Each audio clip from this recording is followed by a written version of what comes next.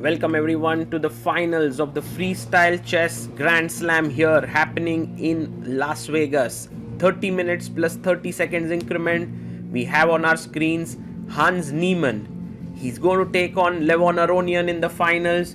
It's amazing that these two players have managed to reach the top in spite of the field having players like Magnus Carlsen, Hikaru Nakamura and many others. The arbiter has asked to start the game. Hans is unsure whether he should start the clock or not. Aronian is still not here. The first game of 30 plus 30 ended in a draw between them. Hans was clearly pressing in that game, but Aronian managed to save the draw, and now it's time for Levon to have the white pieces. He adjusts his pieces, and this is going to be very exciting. This, dear friends, is the Ambit recap of the day. Levon with the white pieces opens with 1 d4, and you can see that his queen has now opened up, and Hans responds back with d5, a central move, just gaining space, symmetry on the board. Levon plays the queen's gambit move. His queen is protecting that pawn. Hans takes it. Queen takes c4, a good move here, and look at this bishop eyeing the queen. Hans instantly plays pawn to f6, opening up the bishop. Levon comes back, queen to c3, and now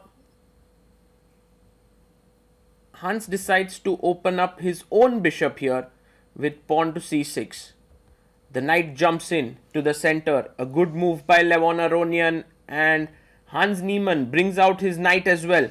It seems like white has more space in the center. Black is playing more with his pieces. f3 played, trying to build up a strong center here with e4. But d4 pawn could become potentially weak. Knight comes to d6, and remember there's this knight b5 idea to win this pawn. So a4 played, stopping that. And Hans plays his bishop to f7. He wants to castle short here. And let's imagine you play a move like e4, it's possible. And for now, Levon just says, I'll get my bishop out. It's a safe move, bishop f2, useful. And Hans quickly short castles here. The knight goes to d2, finishing development, also opening up the route for short castling. Rook comes to d8. As we said, there is pressure down on the d pawn, but Levon castles. Now you can see that if white gets e4, white would have plenty of space, and so Hans now tries to create something on the king side with h5. Maybe not the best. e4 in the center for Levon. a6 played. Black is actually a bit too passive here. Don't know how to create some play here. f4, f5 could be very strong. He goes rook e1 first. Levon is taking care of his center. Ooh, look at this. Hans, beautiful idea to put pressure on the d4 pawn. Knight jumps to b3, b5 played. And look at this move. Amazing move here. e5 played. He takes b takes a4. But remember, if he had played the move knight f5 here, d5 was what Levon wanted to do, and after takes, there is pressure on f5. Such deep ideas. E takes d6 taken, ab3, he takes on e7. Insane. The game is becoming super complicated. Rook e8, but Hans believes that he can win back this pawn. Maybe rook d7 was better. Now knight b4 actually can really be very strong. He finds it. Knight to b4. The bishop opens up here. He's putting pressure on the c6 pawn. Takes it. Levon is not at all afraid of the rook coming in. And look at the times on the clock. Hans has 1 minute 29 seconds. Levon has 22 minutes. Pawn push now. Kind of important. You can also take on a7, by the way, which is what I believe Levon is thinking. d5 played. He goes knight to f4. And now knight e7 check. Rook takes. Rook takes. Attacking the bishop here on a7. He first takes the queen. Pawn takes. And now bishop takes f2 check. King takes f2 and Hans takes back the pawn here with knight takes d5. But what a move.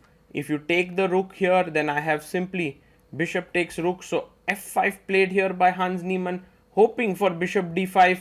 But now Levon has a very strong tactical move. Rook takes f7. If the king takes the rook, bishop d5 is curtains. So he takes the bishop. And now rook to b7 played. He pushes his pawn forward to e3. It's super complicated still. I mean, Levon is exchange up, but Hans has these pawns, knight f4, and he's very tricky. If you take here on b3, he wants to take on g2. So g3, kicking the knight away. A check, king to e2,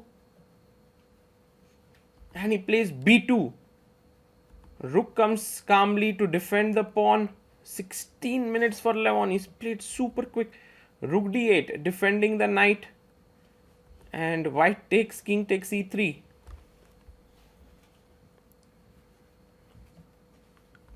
Now knight e5. If you take the pawn, he wants to give a fork here. So rook b4, rook comes to c8. And now f4 played here by Levon. Hans plays a5. The rook moves to a4 square, attacking the pawn. And check to the king. King moves to d3. Rook check. And now if you go back to c2, maybe some checks here have to be a bit carefully done. Rook d4 and rook b8 defending the pawn, and h3 played.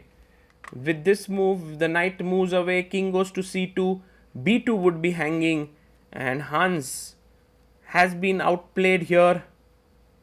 He gets back in his chair. He is not so happy with this. He resigns respectfully, and Levon Aronian becomes the champion of Las Vegas freestyle chess with a smile on his face, gets up winning $200,000.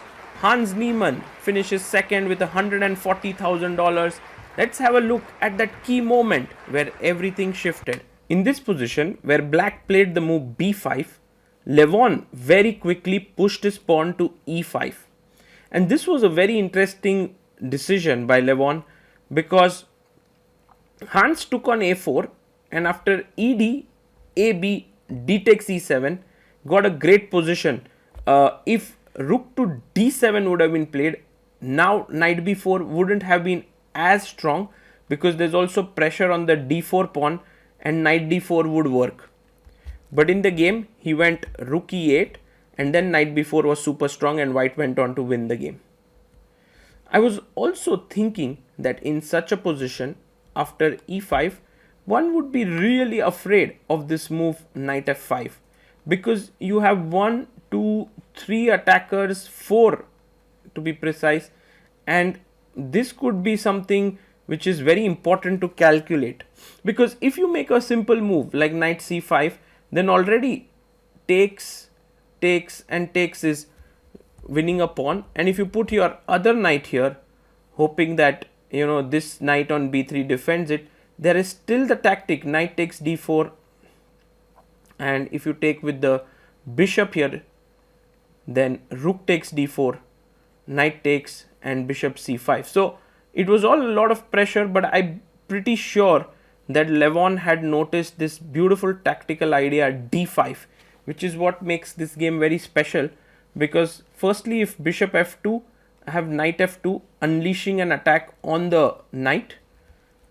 The other is, if you play c takes d5, then I play a takes b5, and here you will see that he cannot take back because of the attack on a7, and in case of bishop f2, you can go back knight f2, attacking the knight on f5, and this is a great position here for for white. So this idea with e5 was very, very interesting by Levon. He calculated it deeply and managed to get the full point.